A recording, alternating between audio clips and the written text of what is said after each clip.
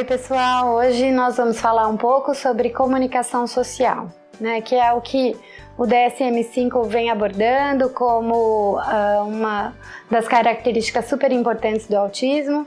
E para a gente entender um pouco como é que funciona a comunicação das crianças com autismo, quais são as particularidades e coisas que vocês precisam observar no dia a dia, até para saber como lidar e como fazer com que as crianças usem melhor a comunicação delas.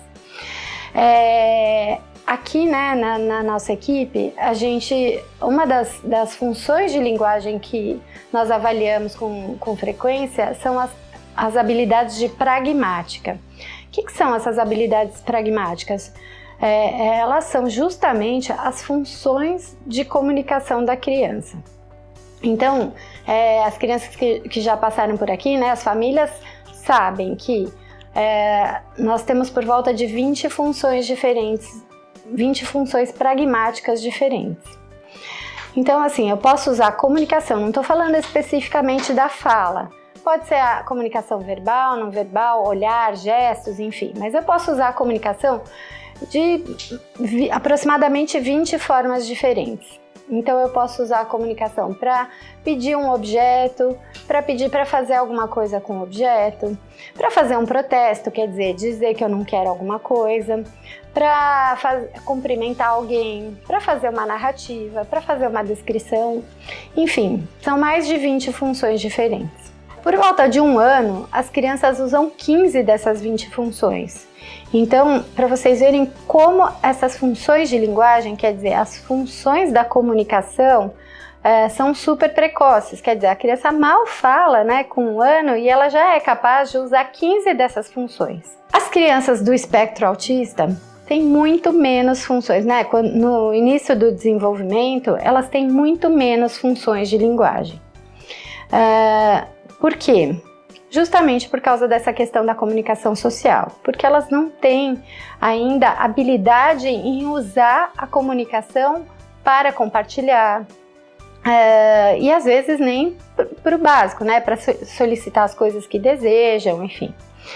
Quando as crianças, no momento da avaliação, né, quando as crianças chegam para a gente consegue muitas vezes contar 4, 5, 6 funções, o que está muito aquém do que seriam esperado, que são pelo menos as 15 que as crianças fazem com 1 ano. Então, um dos desafios da terapia fonoaudiológica é desenvolver essas funções de comunicação. Muitas crianças chegam aqui, né, chegam no consultório, nas avaliações, já falando. E os pais ficam muito otimistas porque, por exemplo, elas nomeiam muitas coisas. E elas são muito estimuladas e reforçadas a fazerem isso.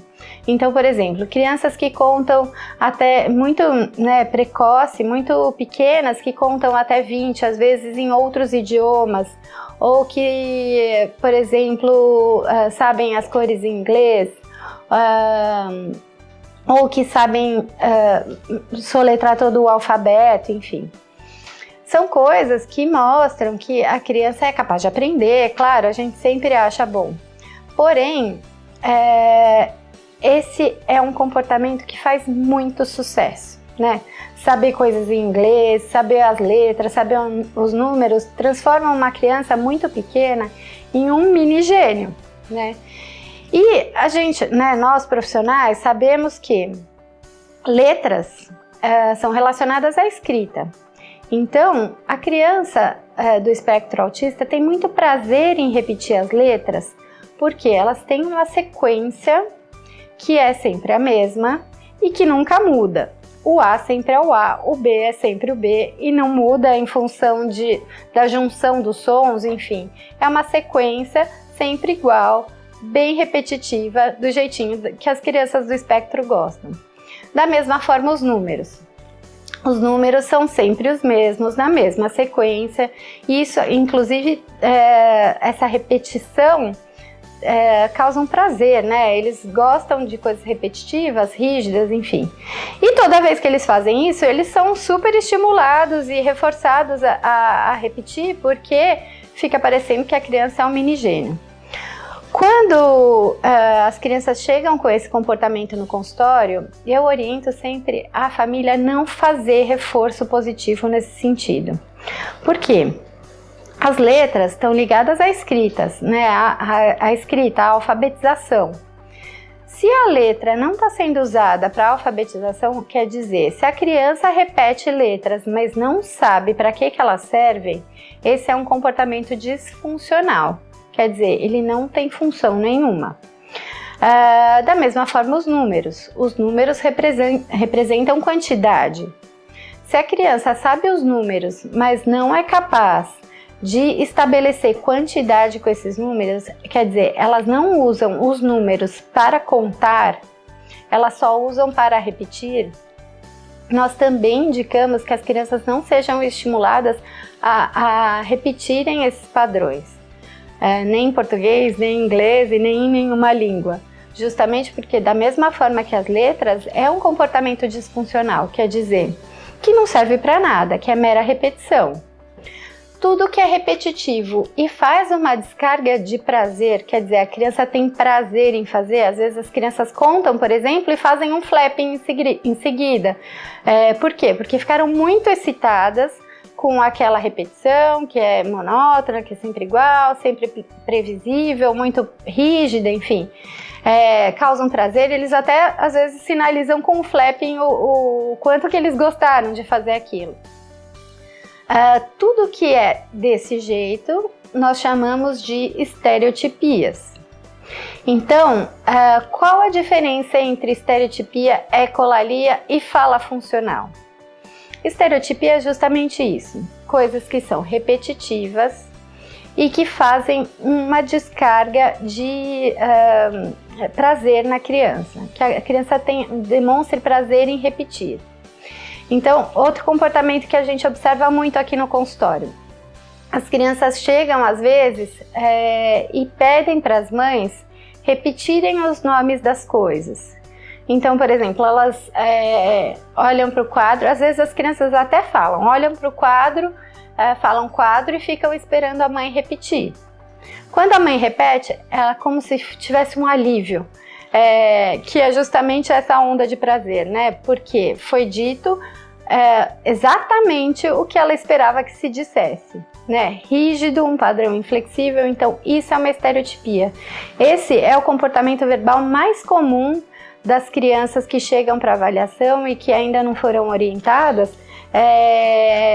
e que são estimuladas a repetirem demais, elas começam a necessitar também que a família repita aquilo que elas querem ouvir. Então esse é um padrão muito comum que nós observamos aqui, que a gente orienta a família a não reforçar, quer dizer, não nomear novamente. Então, por exemplo, quando a criança faz isso, fica pedindo para a mãe nomear coisas que ela já sabe, a gente orienta a família a dizer: olha, você já sabe o nome disso, qual é o nome? Ou então agregar uma informação. Olha, é uma imagem de uma paisagem, é uma imagem de flores, enfim. Agregar uma informação para não repetir do jeito rígido que a criança espera. E com isso a gente quebra o padrão estereotipado.